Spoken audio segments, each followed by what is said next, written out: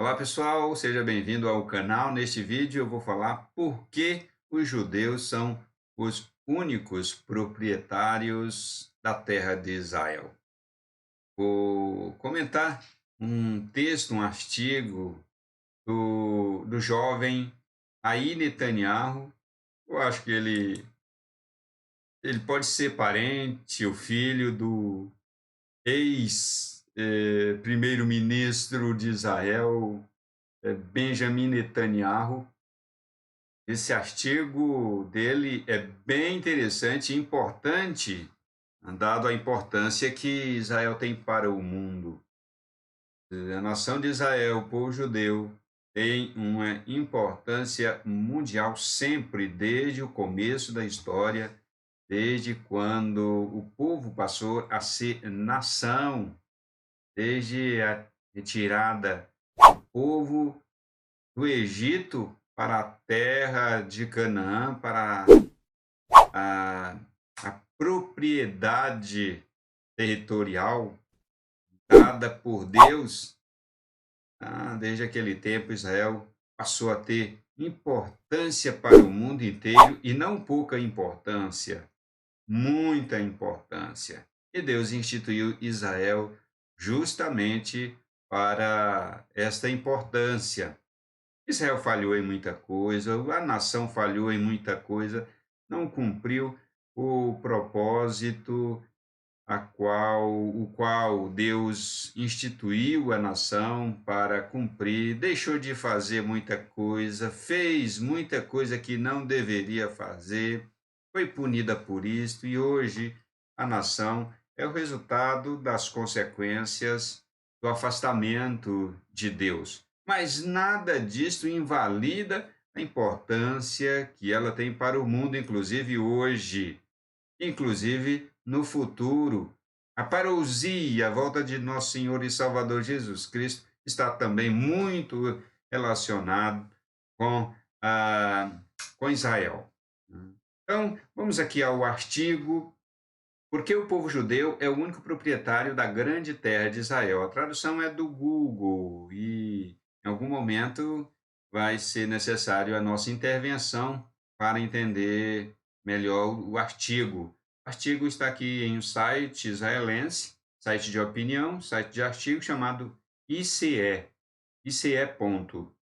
Este artigo é o mais importante que escrevi até agora. Neste artigo trarei pontos-chave da história que comprovam o direito do povo judeu a toda a terra de Israel.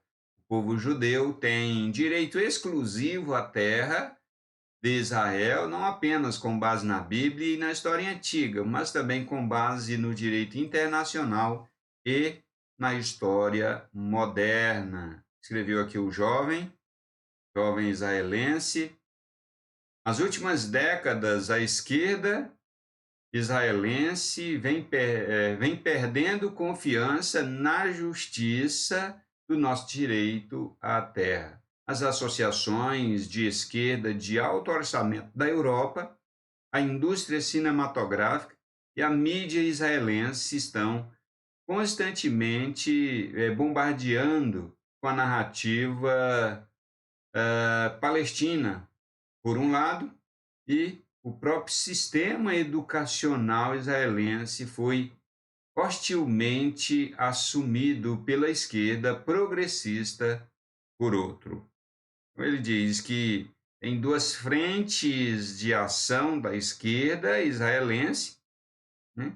Uma é colocando os palestinos como também detentores do direito à terra, e a outra frente a escola, ambos completamente dominados pela esquerda israelense. E o que está acontecendo, o que acontece em Israel, é o que acontece no mundo. A esquerda, no mundo inteiro,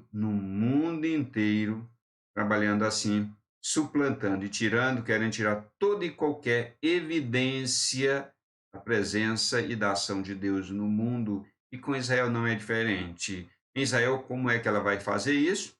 Minimizando, sufocando a verdade e sufocando o direito de Israel, as terras da nação.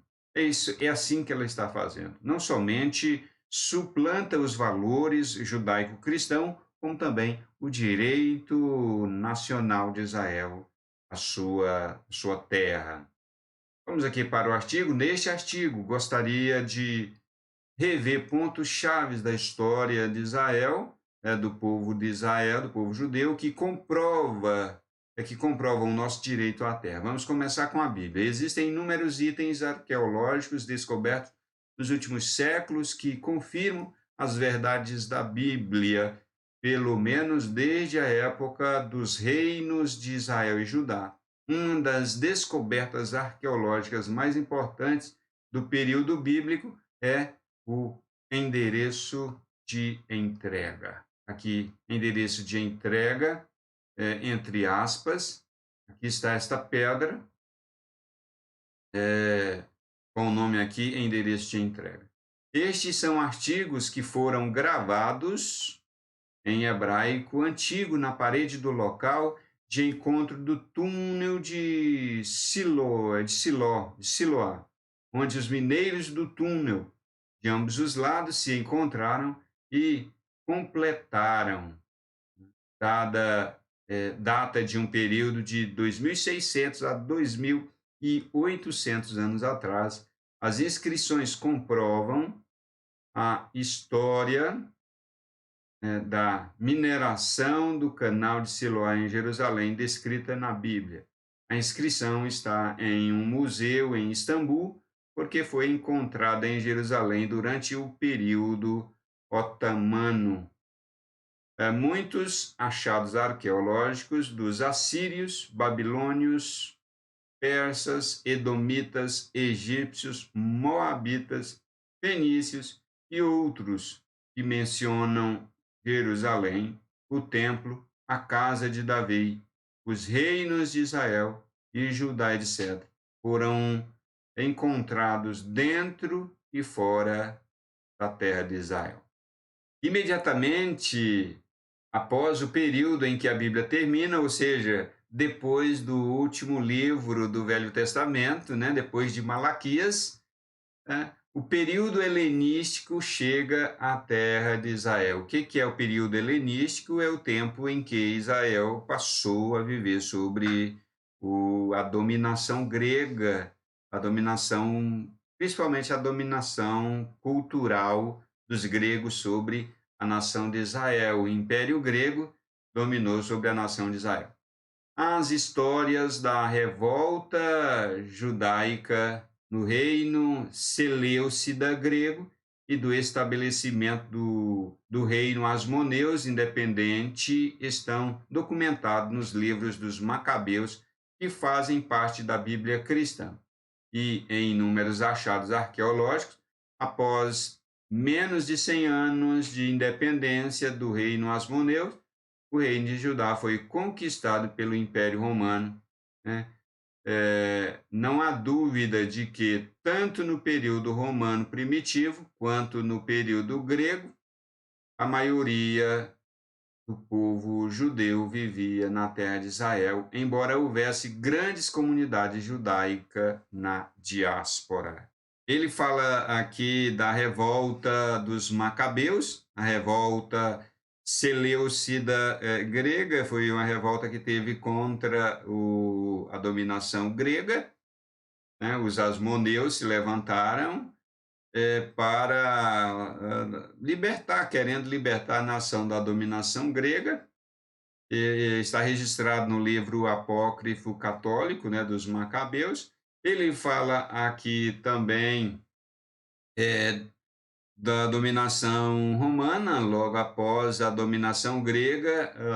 A dominação romana começou sobre a nação de Israel. E ele fala também que, durante a dominação grega e durante a dominação romana, a maior parte dos judeus viveram na terra de Canaã, na terra de Israel, ainda que uma parcela da população viveu na diáspora, ou seja, viveu fora do seu país. Após mais de 100 anos de domínio romano, os judeus se estabeleceram contra os romanos na grande revolta em 66 depois de Cristo, né, da nossa era. A revolta dos judeus contra a dominação romana em 66 e não obteve sucesso, infelizmente, não tiveram sucesso. Eles se levantaram contra a dominação romana e, a partir dali, Roma, né, o Império Romano, partiu para cima da nação de Israel e em 70, né, no ano 70, teve aí uma grande derrota final, a destruição de Jerusalém. Embora o templo tenha sido destruído, a revolta judaica tenha falhado miseravelmente, centenas de milhares de judeus tenham sido mortos e vendidos como escravos em todo o império, a maioria do povo judeu permaneceu na terra, né? Houve a destruição de Jerusalém, muitos judeus foram espalhados e vendidos por todo, né, por todo o Império Romano. Jesus Cristo falou, inclusive, né, nos dias de Jesus Cristo, ele falou a respeito do que iria acontecer imediatamente depois da sua volta, depois da sua volta ao céu, né? E ele diz que Israel ia sofrer muito. Ali no capítulo 25 de Mateus, Jesus Cristo fala, né, do que aconteceria com a nação de Israel. Ele diz: olha, e quem estiver no campo, não volte para a cidade, porque lá na cidade está havendo coisas horrorosas, coisas horrorosas. Jerusalém sendo destruída, e no ano 70, a situação de Jerusalém já era de absoluta destruição. E o jovem aqui, Netanyahu, está dizendo que, ainda assim, muita gente permaneceu nas terras de Israel, permaneceu na Palestina. A grande revolta deixou alguns selos arqueológicos impressionantes que comprovam nossa antiguidade na terra de Israel. Para celebrar a vitória sobre os judeus, os romanos ergueram o portão de Tito no centro de Roma. Em um enorme portão feito de mármore, e dentro dele está gravado a cena da procissão da vitória em Roma após a repressão da revolta. Depois que o Império Romano teve vitória sobre o povo de Israel, sobre os judeus, na revolta dos judeus que se levantaram contra, em 66, eles começaram a se levantar fortemente contra a dominação romana, sem ter sucesso. Então, Roma passou a comemorar e fez, inclusive, gravuras, né, e comemorou. Ele vê soldados romanos carregando os vasos sagrados do Templo de Jerusalém, incluindo a menorá. O portão fica até hoje no centro de Roma em sua totalidade, e a lâmpada do templo ainda pode ser vista claramente dentro do portão, né? Então, ele está dizendo que objetos do templo foram levados pelos romanos, inclusive o portão da cidade, né, que se mantém lá até o dia de hoje. Ele diz que isso são provas históricas, né, são provas históricas de que a terra de Israel pertence aos judeus. Perto do portão está o Coliseu, que foi construído graças ao dinheiro e tesouros saqueados do templo judaico em Jerusalém. Eles saquearam todo o ouro, né, na invasão e na destruição, e levaram, e com esse dinheiro eles construíram memorial em Roma. Outro importante achado arqueológico deste período são as moedas romanas, nas quais está escrito Judéia cativa, o Judéia capta, em homenagem à vitória sobre os judeus. Os romanos colocaram essa moeda em uso em todo o império, de modo que foram encontradas em muitos lugares. Está aqui a moeda. Em 132 da nossa era eclodiu a última revolta judaica contra os romanos, a revolta de Bar Kokhba. Eu eu escrevi e eu tenho todas essas informações, né? Eu tenho parte dessas informações aqui do artigo deste jovem, né? Eu tenho parte dessas informações em meu livro, Construindo a Nação Segundo a Vontade de Deus.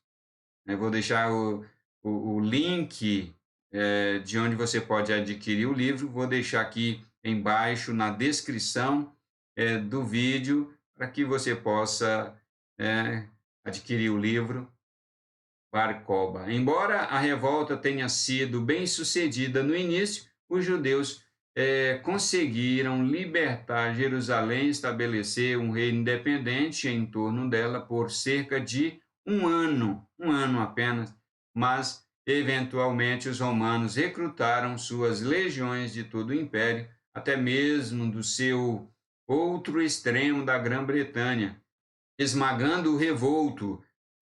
O revolto aqui é os judeus, os soldados, né? Judeus, e matando centenas de milhares do povo judeu. Após a revolta dos judeus em 132, contra a dominação romana, né, o imperador Adriano mudou o nome da Judéia para Síria-Palestina. E vamos ler aqui de onde veio o nome Palestina, né, nesta parte do país. Né, aí ele está perguntando de onde veio, né, esse nome palestino, por que as terras de Israel são chamadas de Palestina? São chamadas porque o imperador romano mudou o nome de Judéia para Síria-Palestina. Os romanos reconheceram as letras gregas antigas na área costeira de Israel como Palestina, em homenagem ao antigo povo filisteu que ali vivia. Então, os romanos, né, o imperador Adriano e a sua tropa, né, colocou ali na costa do mar, bem na bacia mesmo do Mediterrâneo, ele colocou, né, placas, né, com o nome Síria-Palestina, dando aí, fazendo homenagem, né, ao antigo povo filisteu, né, em memória ao antigo povo filisteu que viveu justamente naquela faixa de terra, uma pequena faixa de terra, bem na praia mesmo, no sul de Israel, né, junto ao mar, uma faixa de terra. Ali foi a região dos antigos filisteus, e o imperador Adriano foi lá e colocou o nome de Israel de Síria-Palestina em homenagem aos filisteus que viveram ali naquela região há muito tempo atrás. Quem é ele com meu filisteu? Ele está perguntando aqui, quem são os filisteus? Os palestinos árabes de hoje são seus descendentes? Não. Os palestinos de hoje não são descendentes dos filisteus antigos. Os filisteus faziam parte dos gentios do mar, que vieram da ilha de Creta e invadiram o Mediterrâneo Oriental há 3.200 anos. Eles desapareceram dos livros de história, junto com as 10 tribos de Israel, quando os assírios conquistaram e os exilaram 700 anos antes do período romano. Então, antes da dominação romana sobre Israel, os assírios haviam invadido Jerusalém. Os assírios haviam destruído Jerusalém, a nação de Israel, o povo, as 10 tribos, esfacelou as 10 tribos de Israel. Quem não lembra dessa história na Bíblia? Quem não lembra das profecias de Isaías e de Jeremias, né, falando, profetizando contra a Síria? Pois é, na mesma ocasião, os filisteus foram destruídos. Os assírios destruíram os filisteus na mesma ocasião.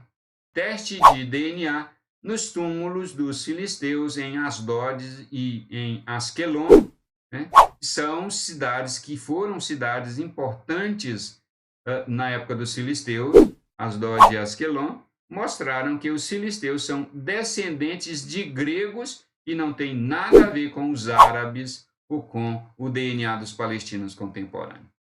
O jovem está aqui mostrando historicamente, né, através do seu artigo, que é a pura verdade, é a pura verdade. Ele não falou, né, ele não falou da esquerda controlando as escolas em Israel. Ele falou, principalmente aqui da esquerda israelense, usando os palestinos, como massa de manobra para suplantar a verdade, suplantar o direito dos judeus à sua terra. É assim que a esquerda age no mundo inteiro, sempre no fronte de batalha para suplantar a verdade. Onde há verdade histórica, onde há evidência histórica da presença e da ação de Deus, aqui no Brasil nós estamos vivendo a mesma coisa, pessoal. Estamos vivendo a mesma coisa. A esquerda brasileira aqui no Brasil, ela range os dentes contra a igreja. Em Israel, ela range os dentes contra Israel. Aqui no Brasil, ela range os dentes contra a igreja, onde a verdade, a esquerda está militantemente rangendo os dentes para suplantar a verdade. Gostou desse conteúdo? Então, peço que você mande aí para o pessoal, compartilhe nas suas redes sociais. Só a graça, Jesus está voltando e muitas coisas vão acontecer. Mas a vitória final não é da esquerda, a vitória final não é do instrumento de Satanás chamado esquerda. A vitória é de nosso Senhor e Salvador Jesus Cristo e da sua amada igreja, a qual ele vem buscar e nós aguardamos com muita alegria no coração o grande dia em que o nosso Senhor Jesus Cristo vai voltar para levar o seu povo e acabar de vez com a esquerda no mundo. Um grande abraço. A gente se vê no próximo vídeo.